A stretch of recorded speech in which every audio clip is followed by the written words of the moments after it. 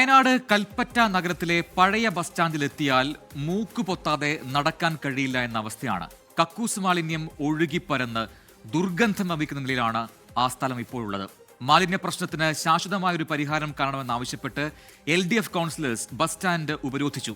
വ്യാപാരികൾക്കും യാത്രക്കാർക്കും ഉൾപ്പെടെ ഏറെ ബുദ്ധിമുട്ടാണ് ഇവിടെ അനുഭവിക്കേണ്ടി വരുന്നത്.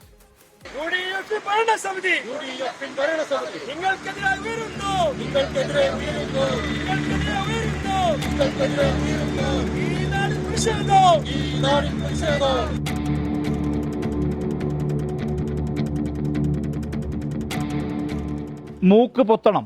കൽപ്പറ്റ പഴയ ബസ് സ്റ്റാൻഡിൽ എത്തുന്നവർ. കക്കൂസ് മാലിന്യത്തിന്റെ കുത്തൊഴുക്കാണ് ഇവിടെ.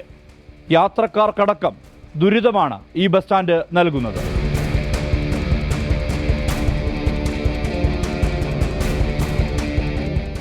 മാലിന്യമുക്തമായ നഗരത്തിലേക്ക് എത്തിയോ കൽപ്പറ്റ? അത്തരം ശ്രമങ്ങൾക്ക് തന്നെ അപവാദമാണ് ഈ പഴയ ബസ് സ്റ്റാൻഡ്. ഇവിടെ ഒഴുകിപ്പരക്കുന്നത് കക്കൂസ് മാലിന്യം. നഗരസഭയുടെ പൊതു ശൗചാലയത്തിൽ നിന്നാണ് ഈ വിധം മാലിന്യം ഒഴുകുന്നത്. ഈ ദുരവസ്ഥ പലതവണ കൗൺസിലിൽ ചൂണ്ടിക്കാട്ടിയിട്ടും നടപടിയുണ്ടായിട്ടില്ലെന്നാണ് LDF കൗൺസിലർമാരുടെ ആരോപണം. നഗരസഭയുടെ സ്വന്തമായിട്ടുള്ള ഈ കക്കൂസ് മാലിന്യം ഒഴിവാക്കുന്നതിനുള്ള യാതൊരു നടപടിയും എടുക്കുന്നില്ല. ഇനി താൽക്കാലികമായെങ്കിലും പരിഹാരം കാണൂ, സ്ഥിരമായിട്ടുള്ള പരിഹാരം പിന്നീടാവാം എന്നൊക്കെ ഞങ്ങൾ പറഞ്ഞു നോക്കി.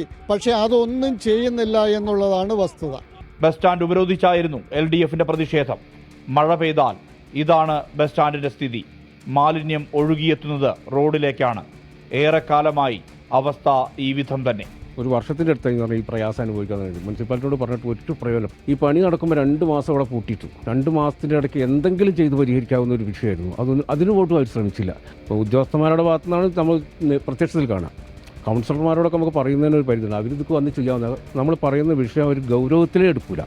ബത്തേരിയിലേക്കും മാനന്തവാടിയിലേക്കുമുള്ള ബസ് സ്റ്റോപ്പ് പരിസരത്ത് പുതിയ ടോയ്ലറ്റ് ബ്ലോക്ക് നിർമ്മാണം അവസാന ഘട്ടത്തിലാണ്. 15-ാം തീയതിക്ക് ഇത് തുറന്നു നൽകുമെന്ന് നഗരസഭാ ചെയർമാൻ വ്യക്തമാക്കി.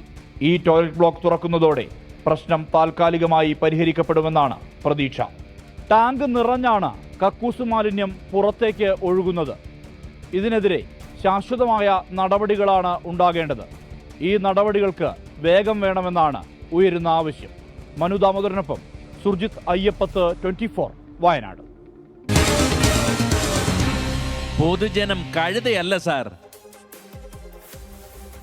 എന്നാലും കക്കൂസ് മാലിന്യം റോഡിലേക്ക് ഒഴുകിപ്പരന്നെത്തുന്നത് ജനങ്ങൾക്ക് വലിയ ഭീഷണി ഉണ്ടാക്കുന്നുണ്ട് എന്ന കാര്യത്തിൽ യാതൊരു സംശയവുമില്ല. നിരവധി പകർച്ചവ്യാധികൾക്ക് ഇത് കാരണമാകുമെന്ന ആശങ്കയുമുണ്ട്. ചില പ്രതികരണങ്ങളിലേക്ക് ഇനി.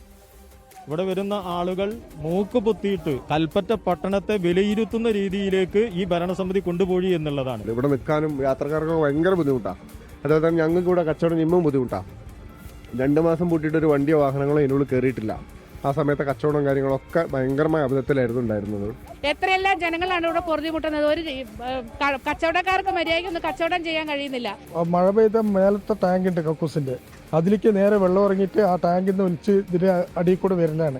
ഇവിടെ രാവിലെ മുതൽ വൈകുന്നേരം വരെ ഈ സ്മെല്ലും അടിച്ചിട്ടാണ് നമ്മൾ ഇതുവരെ വണ്ടി ഇവിടുന്ന് അങ്ങോട്ടും ഇങ്ങോട്ടുമൊക്കെ ഓടുന്നത്. വളരെ അധികം ബുദ്ധിമുട്ടാണ് ഈ പറഞ്ഞ പൊതുജനങ്ങൾക്കും എല്ലാവർക്കും. ബസ് സ്റ്റാൻഡ് അടച്ചിട്ടത് കൊണ്ട് അതിന് പരിഹാരം കാണാൻ പറ്റില്ല. കക്കൂസ് അടച്ചിടുക, അല്ല അത്രയും ജനങ്ങൾ വന്നു പോകണം. ഇവിടെ ബസ് സ്റ്റാൻഡ് അടയ്ക്കേണ്ടത് വലിയ ജനങ്ങൾക്ക് ഭയങ്കര ഇതിനേക്കാളും ബുദ്ധിമുട്ടാണ് വരിക.